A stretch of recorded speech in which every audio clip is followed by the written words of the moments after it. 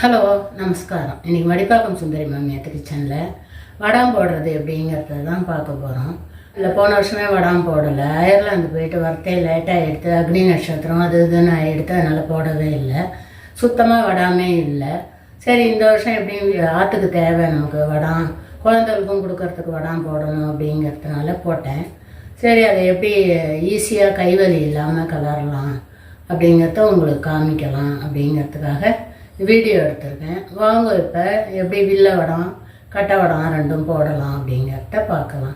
கை வலிக்காமல் ஈஸியாக கலரி நம்ம வடம் ஒரு ரெண்டு டம்ளர் அளவுக்கு போட்டு பண்ணினோம்னாக்க ரொம்ப கஷ்டமாக இருக்காது. ஈஸியாக பண்ணிடலாம். சின்ன குழந்தைகள் கூட ஈஸியாக பண்ணிடலாம்.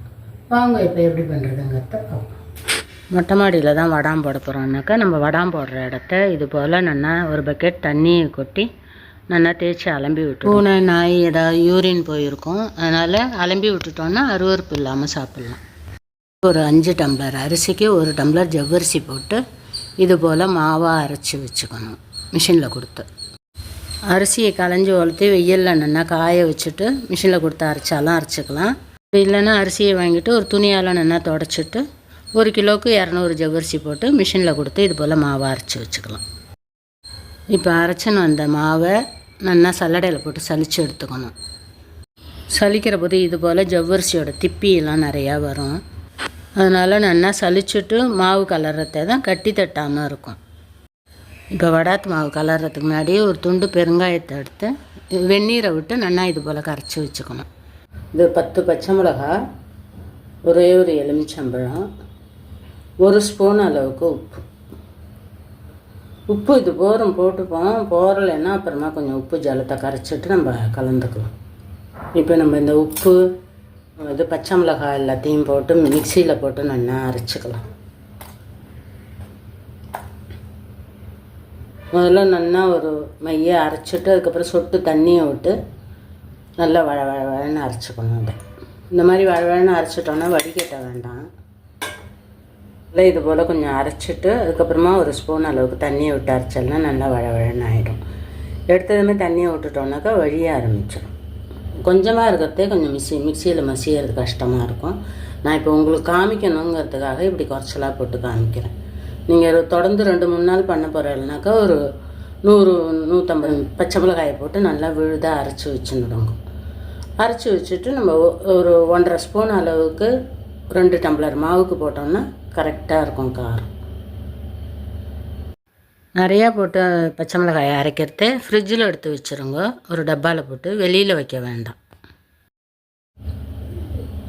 இப்போ நம்ம அரைச்சினோம் அந்த மாவுலேருந்து ஒரு 2 டம்ளர் அளவுக்கு எடுத்துக்கலாம். இப்போ இந்த மாவு கலர்றதுக்கு நம்ம அடிகனமான குக்கர் வச்சுருந்தோம்னாக்கா அடி பிடிக்காமல் நல்லா வரும். இப்போ இந்த மாவு அந்த டம்ளராலேயே ஒரு 2 டம்ளர் அளவு ஜலம் விட்டு இப்போ ஸ்டவ் ஆன் பண்ணிப்போம். இப்போ இந்த பெருங்காய ஜலத்தை இதில் விட்டுடலாம். இப்போ இந்த ஜலம் கொதிக்கிறதுக்குள்ளே நம்ம எடுத்து வச்சுருந்த மாவை ஒரு 3 டம்ளர் அளவுக்கு ஜலம் விட்டு இது நல்லா கரைச்சி வச்சுப்போம். 1 டம்ளர் அரிசி மாவுக்கு 2.5 டம்ளர் ஜலம் வச்சா கரெக்டாக இருக்கும் வடாத்துக்கு. இப்போ நம்ம 2 டம்ளர் எடுத்துருக்கோம், மொத்தமாக 5 டம்ளர். இதில் 2 டம்ளர் விட்டுருக்கோம், இதில் ஒரு 3 டம்ளர் விட்டு நல்லா கரைச்சி வச்சுப்போம். முன்னாடியே கரைச்சி வச்சுட்டு நீங்கள் ஜலத்தை கொதிக்க வைக்கிறதுக்கு வைக்காதீங்க. ஜலத்தை கொதிக்க வச்சுட்டு இதை கரைச்சல்னாக்கா ரொம்ப ஊறாமல் கரெக்டாக இருக்கும். முன்னாடியே மாவை கரைச்சி வச்சுட்டு நம்ம வெந்நீர் கொதிக்க விட்டோம்னா மாவு ரொம்ப கெட்டியாக போகும். 1 டம்ளர், 2வது டம்ளர், 3 டம்ளர் ஜலம் விட்டுருக்கேன். இதில் இதை நல்லா கரைச்சிக்கலாம். இப்போ கட்டி இல்லாமல் இந்த அளவு கட்டி இல்லாமல் கரைச்சி வச்சுக்கலாம். இப்போ இந்த எலுமிச்சம்பழத்தையும் இதிலே புழிஞ்சு விட்டுடலாம். அந்த பச்சை மிளகாய் ஜலத்துலேயே ஒரு வடிகட்டியை வச்சு புழிஞ்சு விடலாம்.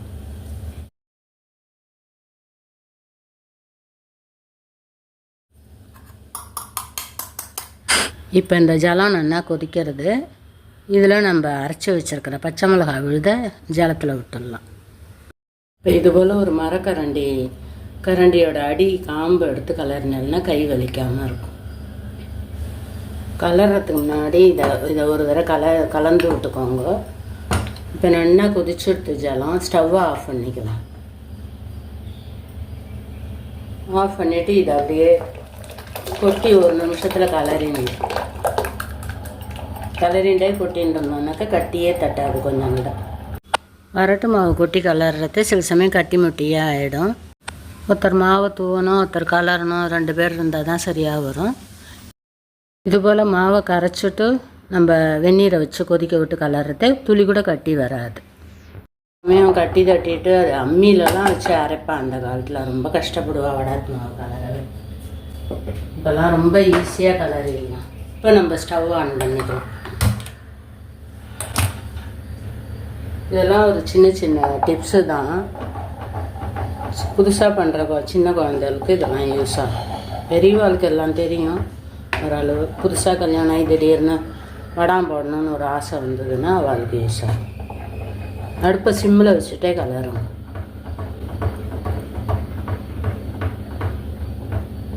கொஞ்சம் கூட கட்டி தட்டவே இல்லை பாருங்க அது மாவு.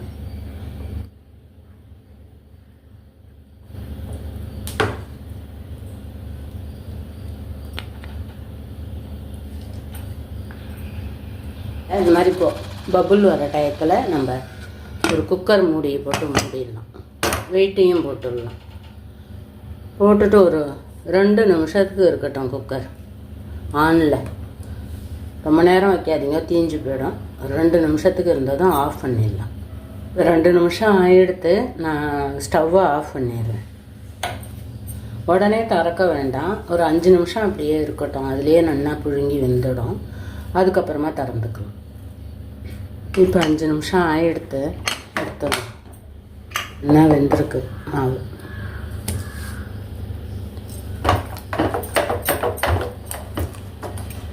மாவு நல்லா வெந்து கெட்டியாக எடுத்துக்கணும். இது நல்லா கலரி கொடுக்கணும், அவ்வளோதான். கலர்னோன்னா அடி மாவு மேலேயும் மேல் மாவு அடியிலையும் போய் இதாகிடும், தாப்பில் ஆகிடும். இப்போ வேகலையோன்னு ஒரு டவுட் இருந்ததுன்னா இன்னொரு 2 நிமிஷத்துக்கு ஸ்டவ் ஆன் பண்ணிக்கலாம்.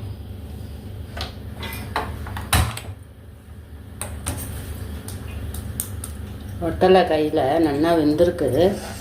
இருந்தாலும் அடுப்பை ரொம்ப சிம்மில் வச்சுட்டு ஒரு 2 நிமிஷத்துக்கு டவுட்டுக்கு தானே தவிர இது பாருங்க நல்லா வெந்து தான் இருக்குது. ஒட்டவே இல்லை, கையில் துளி கூட ஒட்டாமல் தான் இருக்குது.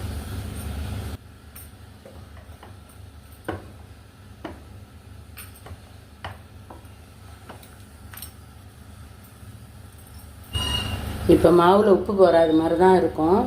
ஆனால் காய காய நல்லா சரியாக போயிடும். ரொம்ப உப்பு போட்டோம்னாக்கா உப்பு கறிக்கும் வடாத்தில். அதனால் இந்த உப்பு கரெக்டாக இருந்தது. அப்படி போகலன்னு உங்களுக்கு ஃபீல் ஆச்சுன்னா சொட்டு தண்ணியை விட்டு உப்பை இவ்வளோ போட்டு கரைச்சிட்டு அதில் தெளித்து விட்டு நல்லா கலந்துக்கணும்.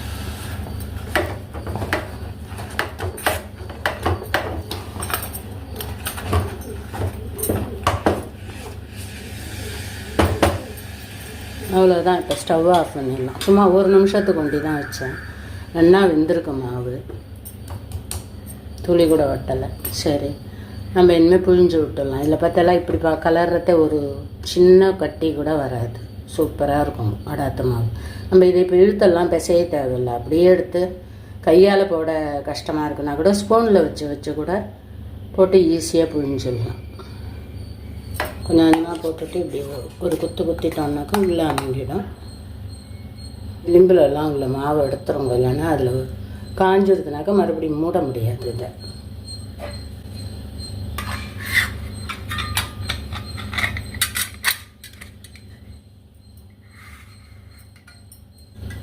இதே போல் சும்மா இப்படியே எடுத்துட்டேன்னா போதும். அப்படியே கும்மா விழுந்துடும். சின்னதாக மேலே தூக்கிட்டால்னாலே அப்படியே விழுந்துடும். நம்ம பெருசாக இருக்கா சுற்றிலாம் புழிய வேண்டாம்.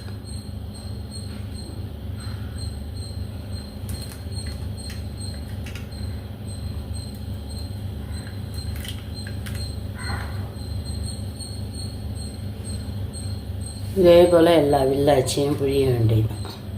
இதே போல் நீட்டை வாக்கில் உருட்டிட்டு இதில் போட்டு நுடலாம். இதே போல் ஜலத்தில் வச்சுட்டு கையை நல்லா அலம்பிக்கோங்க. அலம்பி நட்டு புழியறத இந்த குழல்லாம் மாவு ஒட்டாமல் இருக்கும். எல்லாமே இதெல்லாம் நான் பிகினர்ஸ்க்கு தான் சொல்கிறேன், பெரியவாளுக்கு இல்லை. இப்போல்லாம் நாடாச்சு புரிஞ்சுக்க வேண்டியதுதான்.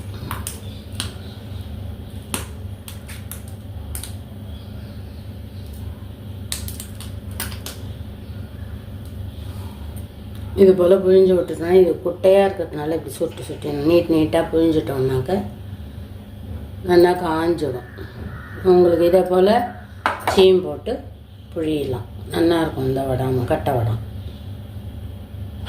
நான் ஒரு ரைஸ் பேக்கில் தான் புழிஞ்சிருக்கேன். இந்த மாதிரி புழியறத அது தானாகவே எடுத்துன்னு வந்துடும் வெளியில். நீங்களும் இது போல் செஞ்சு பார்த்துட்டு எப்படி வந்ததுங்கிறத கமெண்ட்டில் சொல்லுங்கள். இது மேலே ஒரு ஷாலை போட்டு நல்லா கவர் பண்ணிட்டோம்னாக்கா தூசியும் விழாது, புறா காக்கா எதுவும் கொத்தாது. இதே போல் எல்லா வடாத்தையும் புழிஞ்சு ஒரு 4 நாளைக்கு நல்லா காய வச்சு எடுத்து வச்சுட்டோம்னா டப்பாவில் போட்டு 1 வருஷத்துக்கு வீணாக போகாமல் இருக்கும். இந்த வடம் 2 நாள் தான் காஞ்சது, அதுக்குள்ளேயே எப்படி நல்லா சீரி பொரியிறது பாருங்க. வானலில் கொஞ்சம் எண்ணெயை வச்சு எண்ணெய் நல்லா சூடானதுக்கப்புறம் அடுப்பை சிம்மில் வச்சுட்டு பொரிச்சல்னாக்கா வடம் எல்லா பக்கமும் நல்லா பொரியும்.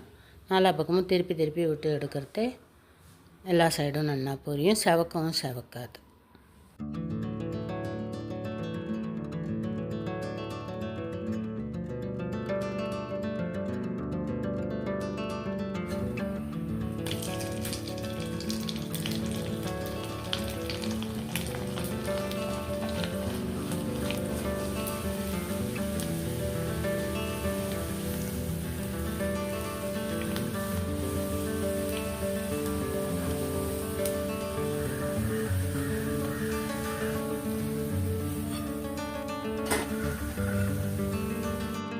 இந்த சின்ன டிப்ஸ் எல்லாம் ஃபாலோ பண்ணி நீங்களும் ஈஸியாக வடாம் போட்டு பாருங்க.